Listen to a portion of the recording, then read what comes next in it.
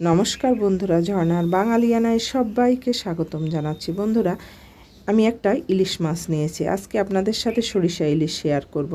আমার কাছে দূরে পরিচিত অপরিচিত যে যেখানে বসে আমার এই রেসিপিটা দেখছেন সবাইকে ধন্যবাদ জানাচ্ছি। আর বলবো, যারা আমার এই পেজে নতুন আসতেছেন, যে সব নতুন নতুন বন্ধুরা আসতেছেন, তাদের বলবো কমিউনিটিতে মেসেজ করবেন, তাহলে আমি অতি সহজে আপনার পেজে চলে যেতে পারবো। বন্ধুরা, আমি মাছটা কেটে নিচ্ছি। আর আমার যত পুরনো বন্ধু আছে তাদেরকে অসংখ্য ধন্যবাদ আমার সাথে পথ চলার জন্য। আর নতুন নতুন যারা আসছে তাদেরকে আমি স্বাগতম জানাচ্ছি। বন্ধুরা, এভাবে পেটের দিকের কাঁটাটা ফেলে দিতে হয়, এতে করে মাছের ধোয়ার সময় মাছের হাতটা কেটে যায় না।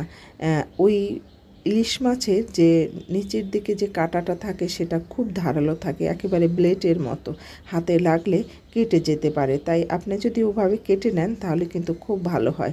আমি মাছের পিসগুলো করে নিচ্ছি, আর বুড়ো আঙুলের এক আঙুল ধরে ধরে মাছের পিসটা করে নিচ্ছি। এতে করে সব মাছের সাইজ একই ধরনের হবে, ছোট বড় হওয়ার সম্ভাবনা কম থাকে।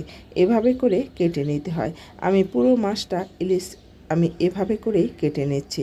এবার লেজের দিকটা, আসলে আমাদের ইলিশ, বড় ধরনের ইলিশ কাটতে কিন্তু আলাদা ধরনের একটা মজা লাগে।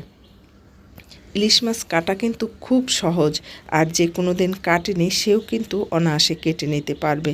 এই মাছটা খুব নরম, শক্ত না, কাটতে খুব ইজি, সহজেই কাটা যায়। আমি মাথাটাকেও দুই ভাগ করে দিলাম, আসলে অনেকেই মাথা খেতে পছন্দ করে। বন্ধুরা, আমি দুটো মাছই কেটে নিয়েছি, কিন্তু আপনাদের সাথে একটা শেয়ার করলাম। আর এবার মাছগুলোকে আমি ধুয়ে নেব। আর ইলিশ মাছ ধোয়ার জন্য যে পদ্ধতি হচ্ছে, আপনি বারবার এভাবে একটু আস্তে আস্তে নাড়া দিয়ে জলটা ফেলে দেবেন। আপনি যেহেতু মাছের মধ্যে ডিম হয়েছে, সেই জন্য যদি জোরে জোরে কষলে ধোয়া হয় তাহলে ডিমগুলো চলে যাবে। আর এক পিস মাছ ধরে জলের নিচে আস্তে আস্তে করে মুছে মুছে ধুয়ে নিতে হবে, ডলে ডলে ধুয়ে নিতে হবে। বন্ধুরা, আমার মাছ ধোয়া কিন্তু শেষ, চলুন এবার রান্না করে ফেলি। আর সেজন্য আমি শুরুতে মাছ ভেজে নেব। মাছ ভাজার জন্য আমি পাত্রটায় ঢেলে নিলাম। বন্ধুরা, যে যেখানে বসে দেখছেন, ভালো লাগলে লাইক, শেয়ার, সাবস্ক্রাইব করতে ভুলবেন না। দিয়ে দিলাম হলুদের গুঁড়া, আর দিয়ে দেব লবণ। বন্ধুরা, হালকা হালকা করে মেখে একটু ভেজে দেবেন। এই ইলিশ মাছ হালকা ভেজে রান্না করলে কিন্তু খারাপ হয় না। একবার খেয়ে দেখবেন, কাঁচা মাছ রান্না হয়তো অনেক খেয়েছেন, এবার একটু হালকা ভাজা মাছ খেয়ে দেখবেন। আমি এভাবে করে একটু আলতো আলতো করে মাছটাকে মেখে নিলাম। এবার আমি মশলাটা তৈরি করব। আর মশলা তৈরি করার জন্য শুরুতে আমি পেঁয়াজ নিলাম। আমি মোটামুটি 3-4 চামচ পেঁয়াজ দিয়ে দিয়েছি। এবার এর মধ্যে বাকি মশলাগুলো দিয়ে দেব। দেখেন বন্ধুরা, দিয়ে দিলাম 1 চামচ জিরা বাটা, আর 3 চামচ সরিষা বাটা। কারণ আমার যেহেতু সরিষা ইলিশ, সেজন্য সরিষা বেশিই দিতে হবে। দিয়ে দিলাম 1.5 চামচ হলুদের গুঁড়া, আর 1/2 চামচ মরিচের গুঁড়া। দিয়ে দিলাম পরিমাণ মতো লবণ। যেহেতু এটা বাচ্চা বুড়ো সবাই খাবে, তাই যদি ঝাল হয়ে যায় তাহলে কিন্তু খেতে পারবে না, সেই জন্য মরিচের পরিমাণটা কমায় দিলাম। আর আমার এই মরিচের খুব ঝাল ছিল, সেই জন্য কম দিলাম। আপনাদের বাড়ির মরিচ যেভাবে হয় আপনারা সেভাবে দিবেন। আমার মশলাটা থাক। এবার রান্নায় চলে এলাম। দিয়ে দিলাম কড়াইতে তেল।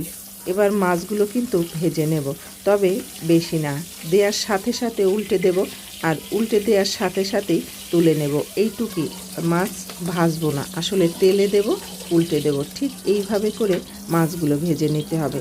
আমি প্রত্যেকটা মাছ দিতে দিতে যেটা শুরুতে দিয়েছি সেই মাছটা উল্টে দেব। এভাবে করে আমি মাছগুলোকে কিন্তু ভেজে নিচ্ছি। আসলে এতে শুধুমাত্র মাছের গায়ে শুধু একটু লাগবে, এর বেশি না।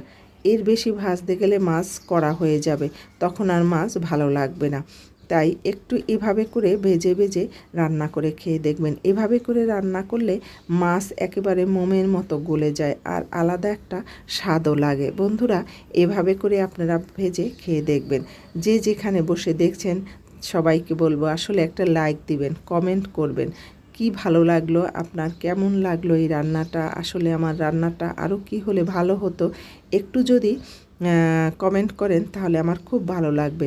আর বন্ধুরা আমার এই চ্যানেলটাকে সাবস্ক্রাইব করে দেবেন, কারণ আপনার একটা সাবস্ক্রাইব আমাকে অনেক দূর পর্যন্ত নিয়ে যায়। হয়তো আপনি জানেনই না যে আপনি কি আমার জন্য কতখানি উপকার আমার জন্য করে দিয়ে গেলেন। হয়তো আপনি নিজের অনিচ্ছা সত্ত্বেও বা ইচ্ছা সত্ত্বেও একটা সাবস্ক্রাইব করে দিয়ে গেলেন, কিন্তু সেই সাবস্ক্রাইবের জন্য আমি অনেক দূর পর্যন্ত এগিয়ে যাই। বন্ধুরা এবার আরও একটু তেল দিয়ে কালো জিরা দিয়ে দিলাম আর মশলা ঢেলে দিলাম। এবার এই মশলাটাকে আমি কষাবো।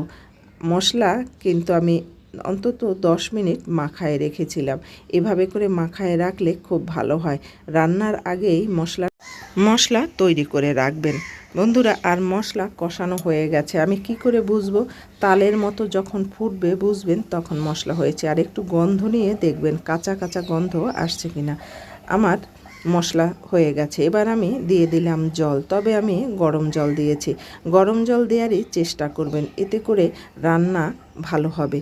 আর যখন জলটা ফুটে উঠল আমি সাথে সাথে মাছ দিয়ে দিলাম। মাছ দিয়ে আপনি একটু নেড়ে চেড়ে দেবেন। যেহেতু সরিষা ইলিশে বেশি ঝোল দেয়া যায় না, তাই এর মধ্যে একটু আস্তে আস্তে করে আপনি কি করবেন, আস্তে আস্তে করে মিশিয়ে দেবেন।